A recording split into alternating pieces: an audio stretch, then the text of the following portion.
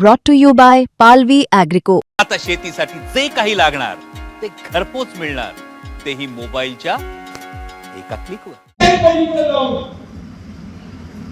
निवडणुकीच्या शेवटच्या टप्प्यात भारतीय जनता पक्षाच्या नेते मंडळीचा नवीन कार्यक्रम सांगतो की Sunil Shelke EVM machine hack करतो.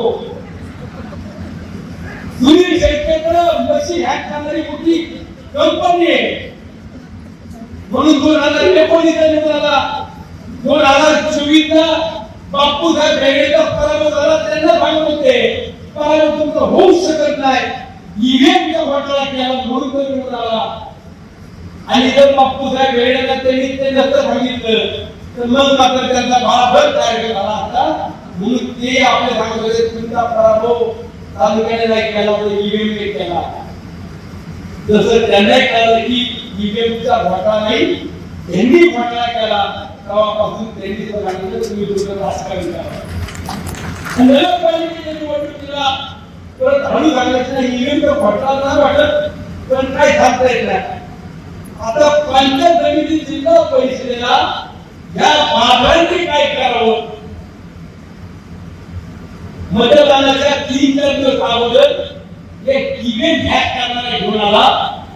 याचे खिसे भरले नाही, याचं कोण भरलं नाही. यांनी उमेदवारांकडून जबाबदारीने सांगतो पत्रकार बांधवतो, भारतीय जनता पक्षाच्या इथल्या स्थानिक नेत्यांनी जे पंचायत समिती जिल्हा परिषदेला उमेदवार दिले होते त्यांच्याकडून ईव्हीएम मशीन हॅक करून तुमचा विजय करून दाखवतो म्हणून एका उमेदवाराकडून 35 लाख रुपये गोळा केले. आणि याची सुरुवात पुढे केली असेल तर त्या इंग्रजी भागावरती तिथं सेटलमेंट झालं. तुम्हाला ठिकाण दिले, मी चौकशी लावणार आहे. मुख्यमंत्र्यांकडे आजपर्यंत भाजपच्या कुठल्या नेत्याची तक्रार घेऊन गेलो नाही, पण ही मात्र त्याची तक्रार झाणार आहे.